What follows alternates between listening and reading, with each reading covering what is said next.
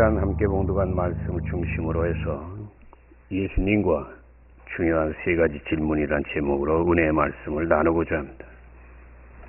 주의 종에게 가장 기쁨을 주는 게 뭐예요? 여러 가지가 있겠지만 그것은 설교가 만들어지는 거예요. 주의 종에게 설교가 만들어진다는 것은 하나님이 나를 버리지 않고 지금도 계속 나와 교제하고 계시다는 사실이에요. 오늘 이 설교는 내가 바닥에 엎드려서 주님 앞에 기도할 때 하나님이 주시는 은혜인데 내가 설교만 45년을 한 사람이에요. 근데 이 설교는 내가 볼 때 45년 한 중에 20개, 30개 그 설교 안에 들어가는 설교예요. 근데 다만 아쉬운 건 이 설교를 하려면 강하게 해야 되고 그리고 또 그런 어떤 여러 가지 감정을 놓고 하는 설교를 해야 되는데 내가 약간 좀 체력이 딸려서 조용히 할 거니까 그 대신 조용한 곳 속에서 깨달을 바를 깨닫고 그리고 은혜를 누리시는 여러분 되시기를 주의 이름으로 축원합니다. 예수님이 이 땅에 계실 때 많은 말씀을 하셨어요. 근데 때로는 질문을 하셨습니다. 왜 하나님이 인간으로 오신 예수님이 연약하고 무지한 인간들에게 질문을 던지실 것일까? 제가 볼 때 그 이유는 간단해요. 분명하고 명료해요. 왜냐하면 굉장히 중요한 것이 들어있기 때문에. 부모도 자식을 키우면서 중요한 걸 자꾸 물어보잖아요. 체크하는 거예요. 그래서 저는 오늘 이 시간 예수님의 질문 중에서 특별히 중요한 세 가지, 이 3위를 부응해야 되는데 하나를 묶어가지고 알려드릴 테니까 정말 은혜 받고 정말 여러분이 여러분의 신앙을 잘한다고 생각하는 그런 믿음이 아니라 하나님이 인정하는 그런 믿음 되시기를 주의 이름으로 축원합니다. 첫째로 너는 나를 누구라고 생각하느냐? 너는 나를 누구라고 생각하느냐? 여러분은 도대체 교회를 몇 년 다니셨고 예수님을 누구라고 생각합니까? 이 말씀은 예수님께서 마태복음 16장에서 사랑하는 12제자에게 하신 말씀이에요. 그 때가 언제냐면 예수님이 십자가에 못 박혀 죽으시기 2달 전이에요. 이제 끝날 때가 다 된 거예요. 근데 왜 지금 예수님이 이 질문을 하는 거예요? 그 이유는 3년이 넘도록 많은 말씀을 전했어요. 많은 기적을 두 눈으로 봤어. 그런데도 제자들은 아직 뭐가 뭔지를 모르고 예수님이 메시아인 것도 모르고 있어요. 능력을 행하는 사람이라고만 생각하지. 우린 그 사실을 어떻게 하냐면 마태복음 16장 17절 예수님이 너희는 나를 누구라 하느냐 할 때 12제자가 아무 대답도 못하니까 성령님이 감동을 하셔서 베드로의 입으로 고백을 하게 해요. 그 고백이 바로 주는 그리스도시요 살아계신 하나님의 아들이라는 고백이에요. 인정하시면 아멘. 근데 그때 그 상황을 알려주는 말씀이 마태복음 16장 17절이에요. 예수님이 베드로에게 하신 말씀. 그것을 내게 알게 하는 분은 예수가 메시아인 것을 구세주인 것을 알게 한 분은 혈육 곧 인간이 아니라 바로 하나님이시니라. 할렐루야. 신앙 고백은 사람이 시켜서 되는 게 아니에요. 하나님이 영혼을 감동해야만 고백이 나오는 걸 믿으시기를 주의 이름으로 축원합니다. 근데 왜 아직도 깨닫지 못해요? 아무리 보고 아무리 듣고 교회 다녀도요. 성령이 임하지 않으면 절대 깨닫지 못해요. 빛이 안 오면 절대 깨닫지 못해요. 그럼에도 불구하고 베드로는 하나님의 은혜로 신앙 고백을 하게 돼요. 그래서 예수님이 놀랍게 축복하세요. 내가 복이 있도다. 너를 통하여 교회를 세우겠다. 그리고 천국 열쇠를 주겠다. 내가 땅에서 풀기만 하면 하늘에서도 풀릴리. 그러므로 베드로는 큰 기쁨과, 베드로가 약간 감정적이고 단순한 사람이죠. 큰 기쁨과 흥분에 빠져. 내가 약간 베드로 기질이에요. 근데 문제는 그 다음이에요. 지금 신앙 고백을 했잖아. 놀라운 축복을 했잖아. 그리고 큰 복을 주겠다고 약속했잖아. 근데 바로 그 말씀 끝나고 잠시 후에 예수님이 이렇게 말씀합니다. 그러나 베드로야, 이제 나는 십자가에 못 박혀 죽을 것이다. 그러니까 베드로는 그 말씀을 이해할 수 없어. 차라리 복을 받을지어다 하고 뭐 이거저거 얘기 안 하면 모르는데 다른 제자 있는 데서 넌 복이 있다고 딱 해놓고 난 간다. 그러니까 베드로는 이걸 이해를 못하는 거야. 아니 축복을 약속해놓고 주님이 사기꾼도 아닌데 어디를 간다는 거예요. 이해를 못하죠. 왜? 인간이 어떻게 하나님을 이해합니까? 여러분 내가 하나님 직접 만났잖아요. 인정하시면 아멘. 그리고 관저성경을 내가 45년을 보잖아요. 아직도 나는 하나님을 잘 몰라요. 그리고 성경을 보면 처음 보는 내용들이 나와.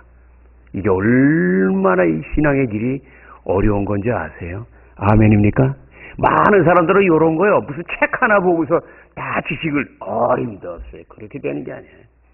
주님을 알려면 평생을 무릎을 꿇고 그 주님의 손을 부여잡기를 힘쓰는 사람만 하나님이 손을 내밀어줘요. 아멘입니까? 구원받는 거하고 주와 동행하는 건 전혀 다른 거예요.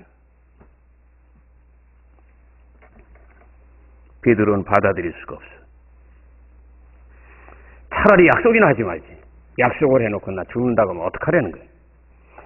그래서 베드로가 열을 받았어요. 자, 열을 받았어요.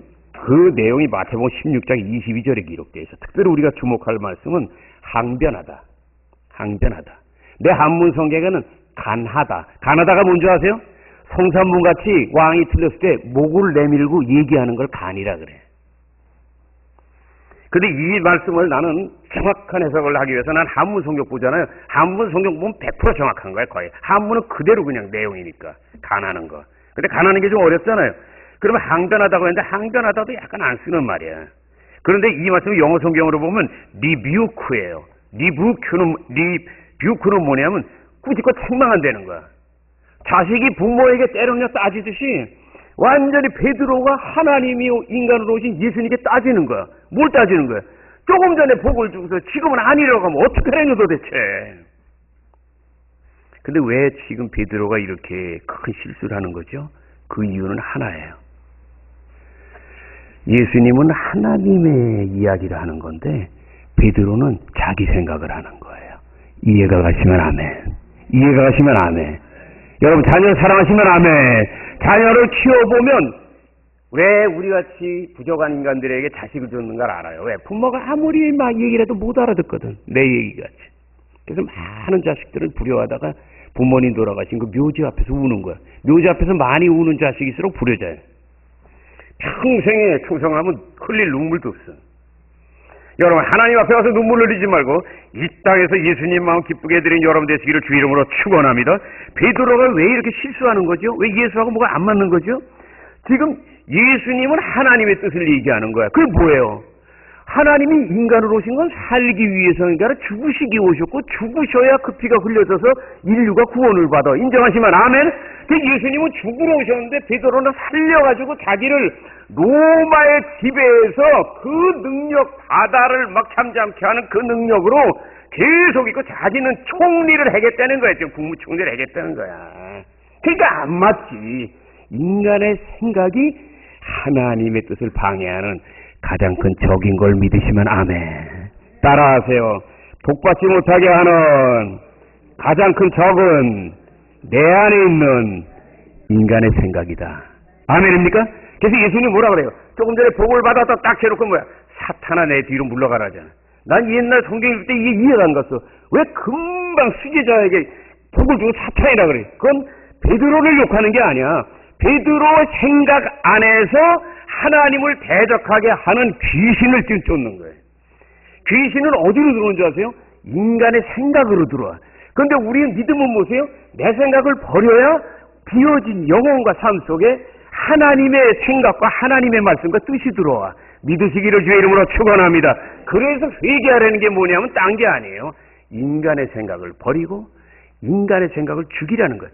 그래서 내가 늘 얘기하는 게 예배 드리러 오기 전에 최소한 30분은 기도하면서 내 생각을 죽이고 온 사람, 그 사람은 그날 하나님 만난다는 거야. 아멘입니까? 아멘입니까? 그렇죠. 그게 중요한 거예요. 먼저 준비하는 게. 성경에 보면 난 이런 설교 처음 하는데 이 베드로하고 거의 똑같은 형제 같은 사람이 등장합니다. 난 이 설교 만들면서 웃은 게 내가 피가 뜨거워요. 부모님 한경 북도 양반이거든. 백두산 위에. 뜨겁습니다. 열왕기하 5장을 보면 베드로와 똑같은 사람이 나와요. 바로 유명한 아람.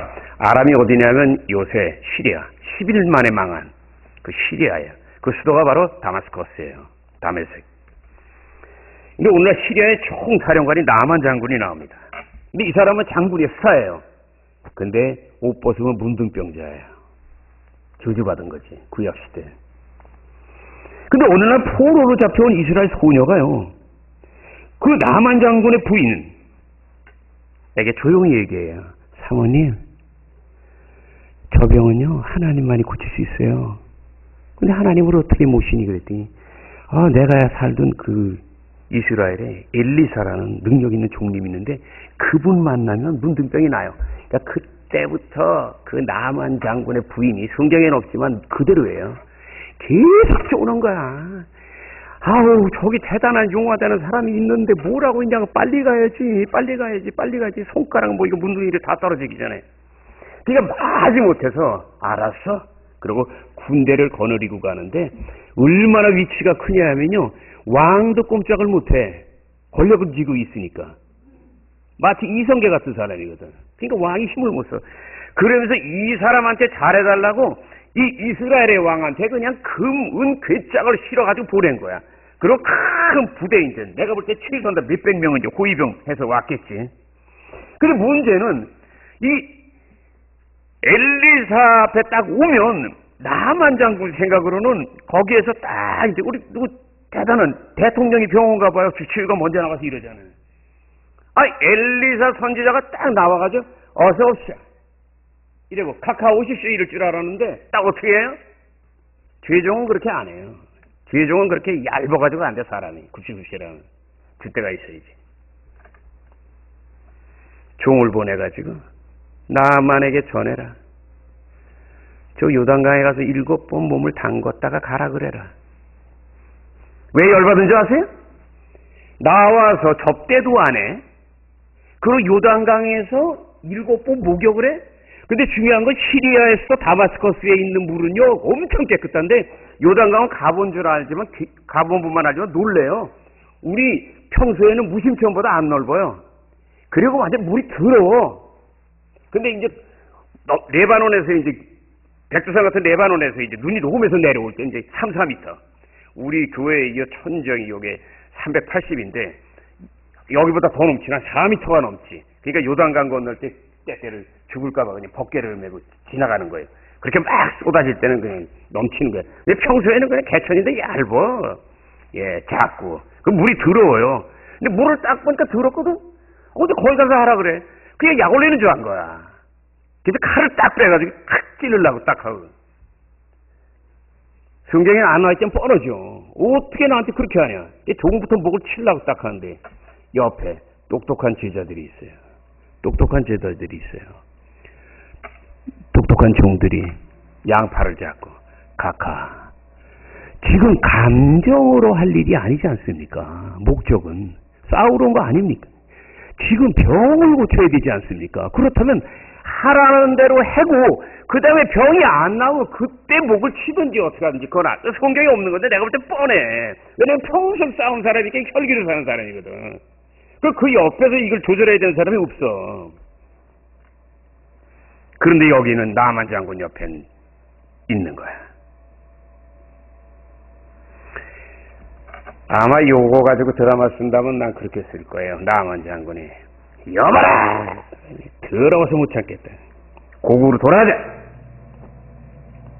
칼을 딱 빼고 문둥병 뭐 어차피 죽을 거 그냥 장군답게 죽을 거다. 근데 지혜로운 종들이 장군 앞을 막으면서 장군님 감정적으로 해결할 일이 아닙니다. 그리고 요란하게 출발했는데 병도 못 고치고 가면 얼마나 우스꽝스럽습니까? 들어보니까 그렇거든? 그러니까 부하들의 명령에 부하들의 말에 못 이기는 채 하면서 요단강에 7번 들어가요. 여리고성이 무너질 때도 그런데 하나님의 역사는 6번 해도 기적이 일어나질 않아요. 그러나 7 완전수 완전한 순종 완전한 순종. 따라하세요. 기적은 완전한 순종을 보인 뒤에 다가온다. 아멘입니까? 성경이 뭐라 그래요? 6번째에 들어갔는데도 끄떡없는데 7번 들어갔다 나올 때 나만 장군의 문득 깨끗이 나서 어린아이의 살같이 보여졌더라. 믿으시면 한 손 들고 아멘. 내가 왜 이 설교만 들으면서 가슴 아픈지 아세요? 하나님이 세웠잖아, 대통령. 답답하겠지. 야당이 막 사족을 묶으니까. 그래도 거기에서 참고 견뎠어야 되는데 내가 볼 땐 순식간에 감정을 못 이긴 거야. 그래서 계엄령 선포하자. 그러니까 요새 어떤 사람들은 비아냥거려. 조울증이든지 정신질환이 있다고 그래. 아니면 술 먹다가 나와서 그런 거. 내가 볼 때 그건 아니야.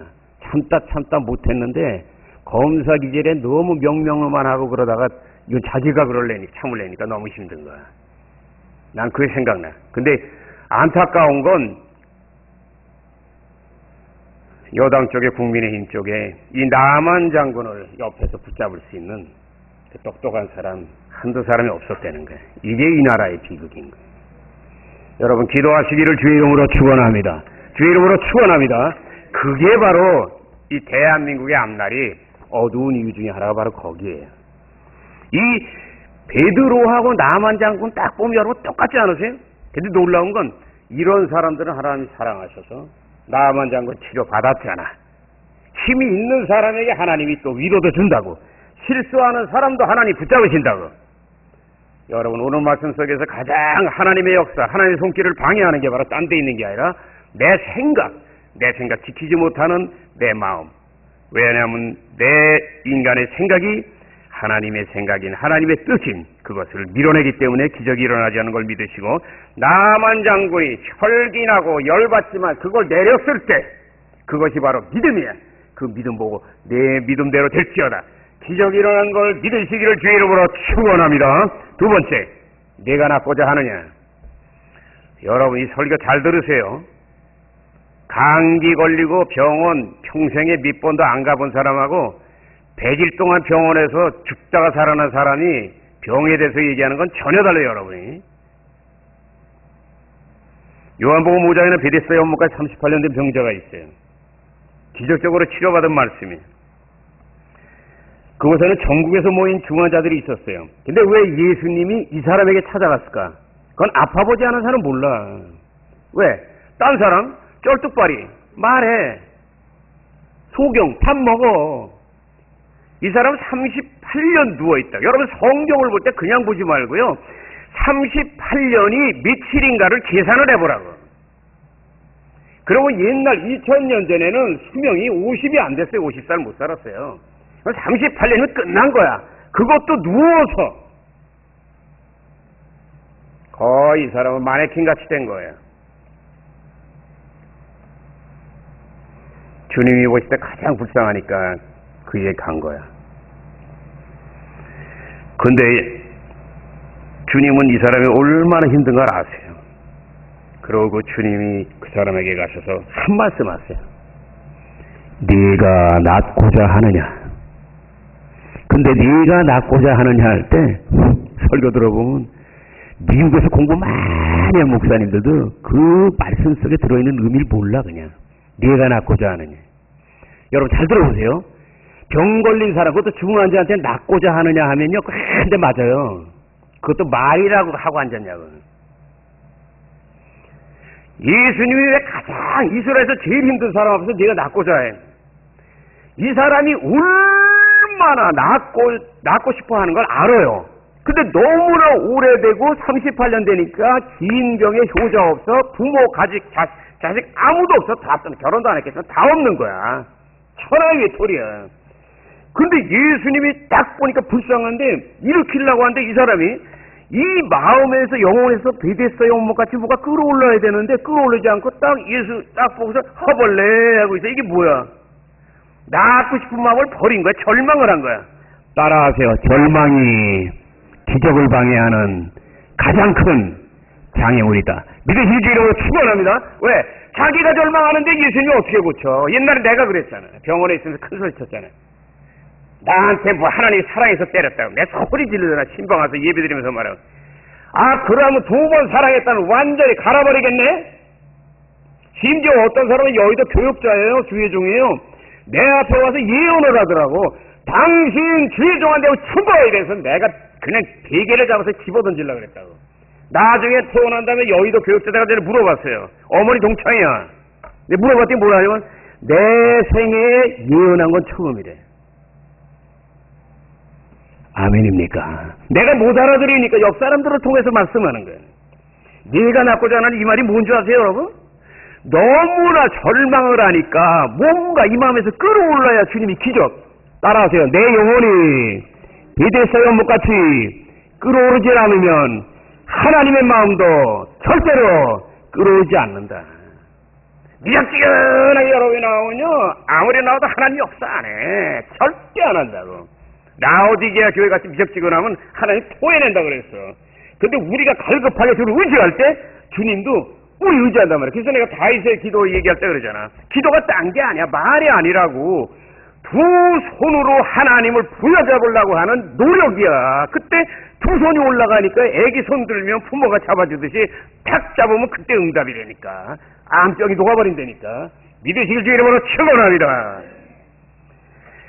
여러분 잘 보세요. 여러분 38년 된 병자라는 생각으로 여러분이 읽기 전에 성경 이해 못해. 자, 여러분이 그렇게 오르게 들어놓여 있다고. 성전 문 앞에서 먹고 살으려고 들어오는데 얼마나 많은 사람들이 지나가겠냐고. 그럼 얼마나 많은 말을 할 거예요? 무슨 말이에요? 아, 얼마나 힘드세요? 가족은 없으세요? 돈을 여기 조금 놓고 가는데 요거 맛있게 먹고 힘내세요. 그런데 이 모든 말은 간단하게 얘기하면 인간의 얘기고 땅의 얘기야. 왜? 그 말 아무리 해봤자 이 사람 병 낫고 변화되는 거하고 상관이 없다고. 근데 예수님은 딱 앞에서 뭐라, 네가 낳고자 하느냐 딱 하니까 핵심을 찌르, 전곡을 찌르잖아. 전곡이 뭐예요? 관역소 올 때 중앙에 있는 중앙을 때리는 거지. 내가 이런 말씀 보고 무릎을 꿇는 거야. 문학을 해보면 알아. 이런 말은 그냥 이 사람은 처음 들어본 거야. 이런 말은 어떻게 하냐. 그래서 뭐 소문을 듣던 메시아인 걸 안 거야. 그러니까 야, 이제 나도 살아보자 하니까 이 속에서 몸이 뜨거워지면서 그 다음에 움직이기 시작했는데 이 사람이 조금 움직인 건 건강한 사람이 1000km를 뛴 것보다 더한 거야. 왜? 38년 굳어버렸는데 움직여 이게? 내가 침대 위에서 100일 있다가 내려오는데도 달나라에서 그냥 우주인들이 걷는 것 같아. 너무나 기뻐가지고서 그냥 백병원 1층에서 11층까지 낫지도 않고 그랬는데 거의 올라갔다가 또 놀래가지고 이만큼 보가지고 그냥 완전히 수술 들어갈 뻔했지.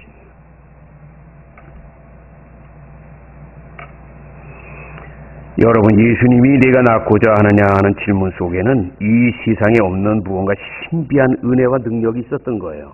그렇기 때문에 이 38년 된 병자가 마음의 문을 연 거예요. 왜냐하면 몸이 지독하게 아픈 환자에게 병 낫기 원하느냐 하는 건 그건 세상의 바보 같은 질문이에요. 근데 예수님이 질문한 건 이 남자의 마음을 깨뜨려보고 완전 허점을 찌른 거예요. 너무나 오랜 생활하다 보니까 지쳐가지고 희망을 버린 거예요. 여러분이 어떤 고통이 있든지요, 주님 앞에 놓을 때 병이 걸렸으면 치료, 가난하면 부요, 이런 소망을 갖고 나오면 기적이 일어나지만 그걸 다 안고 오면 여러분 왔다가 그냥 가는 거야. 그러기 때문에 내가 그러잖아. 교회 다닐 때 극장 다니는 것 같이 다니지 말라고. 왜? 뭘 비워놓고 나와야 되는데 쓰레기를 안고서 올 때 주님은 역사 안 해. 왜? 쓰레기부터 버려라 이거야. 따라하세요. 하나님의 기적을 누리려면 먼저 내 삶 속에 있는 쓰레기를 버려야 된다. 미움, 원망, 낙심, 좌절, 모든 것들, 이런 것들 다 비워야 하나님 역사. 근데 예수님이 내가 낳고자 하는 이 말씀 한마디로 뭔지 아세요? 이 사람한테는 절망의 동굴 속에 갑자기 들어오는 한 줄기 빛이야. 빛이 확 들어오는 거야 그냥. 그리고 잠들었던 그의 영혼을 깨우는 신의 음성이야. 내가 오늘 얘기를 안 하지만 여러분은 많이 들었지만 이 설교할 때 옆에 붙일 수 없는 뭐냐면 다 죽어갈 때 내 영혼의 간절함과 부모님 그리고 성도들의 많은 기도를 통해서 하나님이 나에게 주신 물고기 환상이잖아. 예? 갑자기 누워서 의식을 잃고 있는데 그냥 위에서 지붕에서 손이 내려오더니 완전히 회를 떠가지고서 딱 올리는 아주 그냥. 거기에서 내가 이건 내 얘기구나. 내 얘기구나. 물고기 때려서 잡는 거나 교통사고로 나를 때려잡는 거나 그 환상이 있기 때문에 자살을 하려다가 자살을 못했고 15년 뒤에 내가 여의도 순복음교회에서 철야예배할 때 간증했잖아. 내가 여의도 대교구장이 돼가지고 주일날 설교할 때 거기서 무릎 꿇고 기도하는데 주께서 말씀하시기를 이 사람아 이 자리가 바로 자네가 백병원에서 죽어갈 때 내가 자네를 살리려고 주었던 물고기 환상 그 마지막 큰 잔치상 나는 잉어였고 큰 잔치상 그게 바로 이 세계 최대 교회는 아멘입니까? 아멘입니까? 아멘입니까?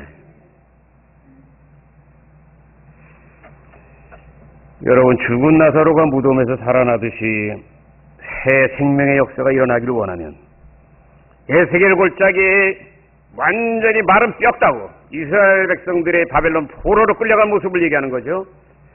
그러나 그것이 말씀과 성령으로 일어나서 큰 군대가 되는 놀라운 기적이 일어나기를 원하거든. 여러분 생명의 주님을 더 간절히 의지하시기를 주의 이름으로 축원합니다.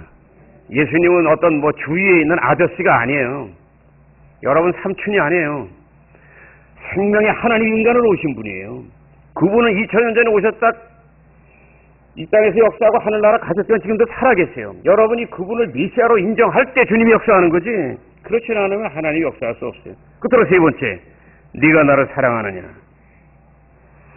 예수님이 십자가에 죽으신 뒤에 12제자의 삶은 풍지박산이듯 그 중에 가장 괴로운 사람은 바로 수제자 베드로예요. 왜냐하면 그는 크게 낙심했어요. 어떻게 예수님이 죽으실 수 있냐 말이야. 그것도 원수들에게 잡혀서. 그것도요 십자가 처형은 여러분이 아시는 대로 강도들도 돈 주고 그거는 하지 말아달라고 하는 어차피 죽을 거.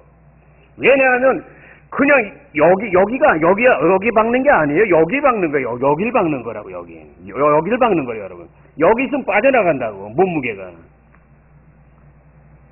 6시간 피를 흘린다고 창으로 해가지고 빨리 죽어야 되는데 총 같은 거 끝나잖아요. 근데 또 이렇게 맨 나이에 독수리가 와서 쫀다고 살을 뜯어먹는다고.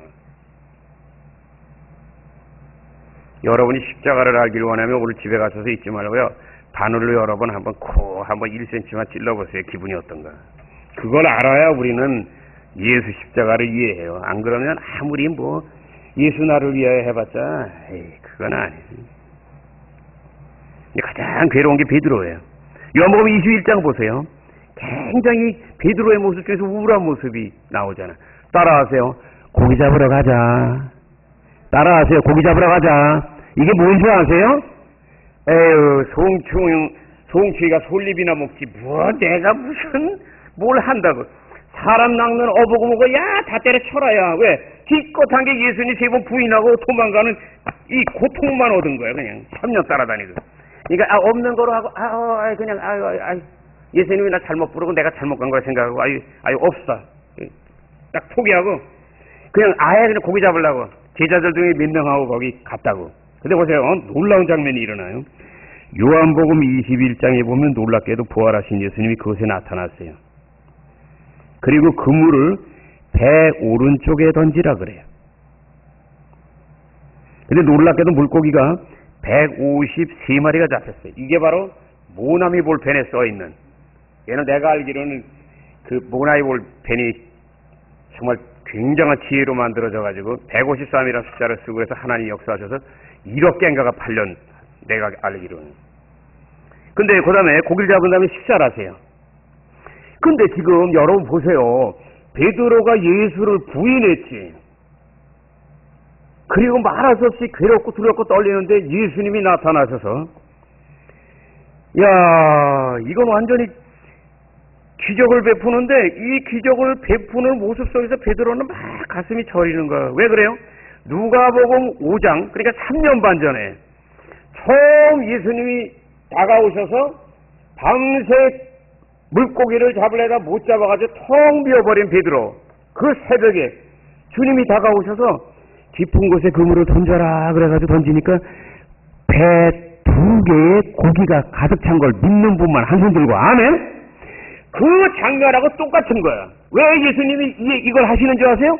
그때 너를 부른 내가 지금도 살아있다. 이 멍청한 놈들아, 난 살아있단 말이야. 죽질 않고. 근데 왜 고개를 떨고 그렇게 낙심하냐 말이야. 더군다나 수제자인 베드로가 말이야. 어? 제일 많이 사랑받고 제일 많이 은혜 받은. 그러니까 그냥 누가복음 5장에서 고기만 그냥 이렇게 잡힌 거로 끝난다고. 그런데 여기에서 식사를 하니까 미치겠는 거지. 베드로는 지금 예수님을 3번 부인해서 그렇지 않아도 자기가 죄책감으로 괴로워 죽겠는데 정말 노래같이 말이야 총 맞은 것처럼 해서 예수님 3번 부인하고 구멍이 뻑 3번 났는데 앉아서 식사하니 이게 이 잡은 고기가 입으로 들어간지 코로 들어간지 모르는 거예요. 더군다나 분명히 최후의 만찬 때 이 모습하고도 또 오버랩되는 거예요. 3년 반 전에 참 물고기 많이 잡았을 때 그때 모습하고 그때 상황은 그때 상황이고 그 다음에 지금 음식 먹는 거는 바로 며칠 전에 최후의 만찬 때 그때 예수님 식사하시고 나한테 뭐라 그랬어? 가룟 유다는 나를 고발할 것이고 그리고 베드로는 나를 부인한다. 잘 들어라. 베드로가 뭐라 했어요? 내 옆에 있는 이 인간들은 예수님 부인할지 모를 때 나는 안 합니다. 절대로. 맹세까지 했어요. 근데 어떻게 해요? 그 말 그대로 나중에는 예수님을 저주까지 하죠. 저주까지 하면서 난 그 예수라는 인간은 난 꿈에도 모른다고 딱 하잖아요. 그러니까 최후의 만찬에 예수님이 미리 너 나는 부인할 거다 말씀해 줬지. 그리고 옛날 3년 반 전에 자기 시골 완전히 무지랭이를 불러다가 수제자로 세웠지. 그때의 그 상황과 이 상황이 막 겹치니까 베드로 정신을 못 차리는 거야. 그래서 내가 볼 땐 그날 베드로는 고기 한 점도 못 먹었어요. 그런데 중요한 건 그 다음이야. 진짜 가슴이 아파요. 그런데 정말 아픈 건 그 다음이에요. 왜? 예수님이 3번을 질문하세요. 따라하세요. 베드로야, 네가 나를 사랑하느냐? 아, 세상 말로 환장하는 거지. 괴로워 죽겠는데 거기다가 또 사랑하느냐 그래. 근데 잘 보세요 여러분. 굉장히 깊은 얘기 드릴게요. 사랑하느냐의 두 번은 그 그리스어 헬라어 원어로 아카페적인 사랑이에요. 신적인 사랑. 생명을 다한 사랑. 근데 베드로는 부인했잖아. 그러니까 베드로는 못할 거라니까 주님이 다운시켜.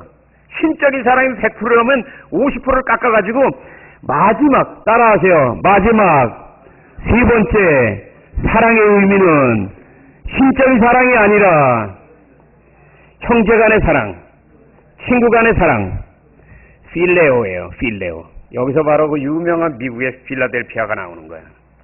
형제의 사랑, 우정 같은 사랑. 지금 뭐 얘기하는 거예요? 예수님 부인했잖아. 부인했는데 3번 얘기하는 이유가 3번 부인한 예수를 사랑이라는 은혜로 그 죄책감을 없어주는 거 이 질문이에요. 믿으시면 한번 아멘.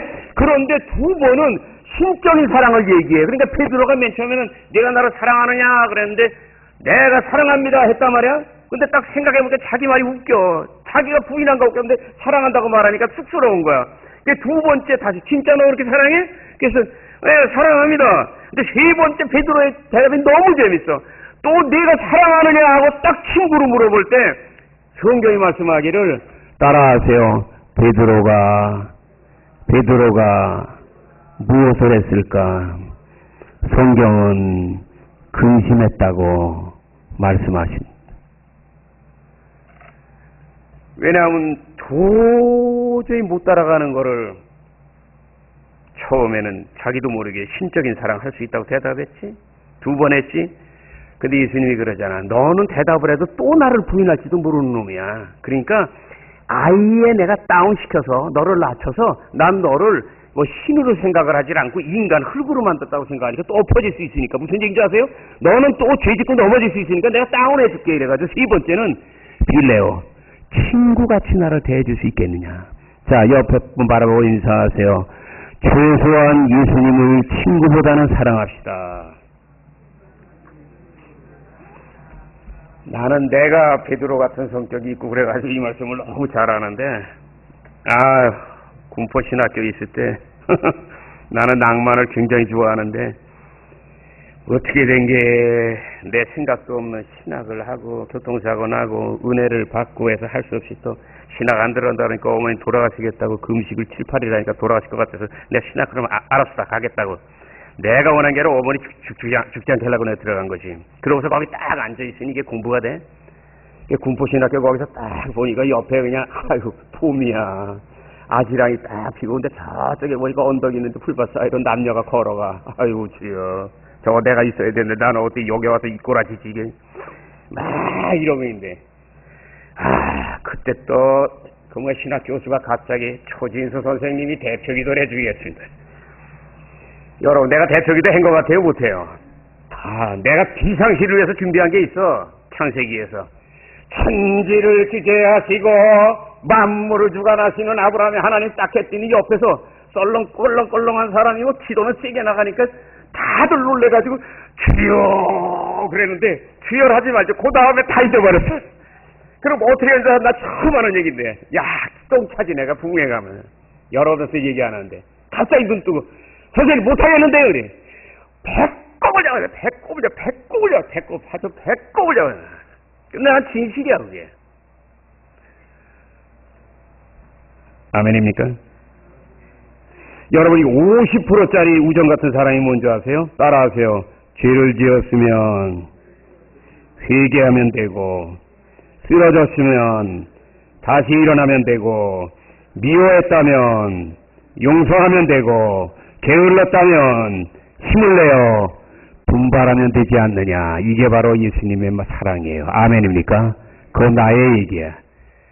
이런 하나님의 위로가 없었으면 나는 벌써 십자가에서 옛날에 떠났을 거야. 왜? 교회도 부흥 못 시킨데 왜 있어? 근데 그게 아니야.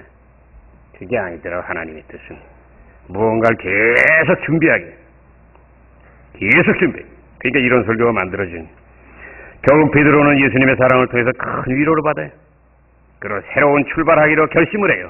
자, 중요한 얘기 할게요. 그때 베드로가 깨달은 건 단 하나예요. 따라하세요. 신앙생활은 죽었다 깨도 인간의 힘으로는 못한다. 여러분, 인간의 힘으로 못합니다. 아멘. 옆에 분 바라보고 인사하세요. 나부터 죽이세요. 그리고 그 다음에 하는 게 있어요. 요한복음 21장에서 엄청나게 실수하잖아? 그런데 바로 옆자리 사도행전이야. 여기로 뛰어가는 거야. 이게 바로 내가 얘기하는 영적인 출애굽이에요. 이해가시면 아멘. 로마서 7장에서 8장으로 뛰어가는 거라고. 내 속과 내 육신에 선하지 않은 것이 거하는 줄 아노니 원하면 내게 있으나 선을 행하는 것은 내게 없노라. 내가 선을 행하지를 원하는데 선을 행치 않고 내 속에서는 악만 행하게 하니 내 속에는 선과 악이 둘이 있으니 진짜의 내 모습은 무엇이냐. 오호라 나는 공고한 사람이로다. 이 사망의 몸에서 누가 나를 건져 그 굉장히 탄식하잖아. 깊은 바다에 빠진 것 같이. 근데 사도 바울이 로마서 7장에 탄식하고 하나님을 만나고 삼층천까지 간 사람이 육체와 영혼에 갈 때에서 탄식하는 거야. 예수 믿지 않은 사람의 탄식이 아니야. 영적인 탄식이야. 근데 어떻게 해요? 8장으로 들어가잖아. 그 다음에 뭐라 그래요? 이제 그리스도 예수 안에는 정죄함이 없나니. 할렐루야! 그리고 그 다음에 로마서 8장에 유명한 완전히 그냥 성령도 나의 연약함을 도우시나니 마땅히 빌바를 알지 못하나 말할 수 없는 탄식으로. 그러니까 계속 내가 약해. 자기가 기도하면서 기도 뭐하는지도 몰라. 그러나 우린 약할지도 하나님은 들어. 그러니까 하나님이 도와주시는 그 사람의 모든 고통은 합력하여 선이 되느니라. 할렐루야! 대단히 그냥 승리의 선포가 다가오는 거예요. 그럼 뭐예요? 요한복음 21장에서 사도행전 1장으로 뛰어들어가려면 제일 깨달아야 될 게 뭐냐면 내 힘으로는 신앙생활 1cm도 못 걸어가요. 아멘입니까? 안 되는 건 안 된다고 난 얘기하는 거야. 여러분 힘들어도 그걸 받아들여야 변화가 있어요. 근데 안 받아들이면 안 돼요. 왜냐면 인간의 힘으로는 절대 안 돼. 그럼 어떻게 해야 돼요? 믿음의 무릎을 꿇어야 돼요. 나의 연약함을 고백해야 돼요. 그리고 간절히 기도하면서 성령의 도움을 구할 때. 왜 그런 줄 아세요? 요한복음 21장에 완전히 그냥 낙심하고 있던 베드로가 사도행전 1장에 딱 가가지고선 어떻게 해요? 10일을 금식을 해요. 그리고 120명의 제자들과 함께 가슴을 치며 기도하는데 누가 제일 많이 울었겠어요? 누가 제일 많이 울었겠어요?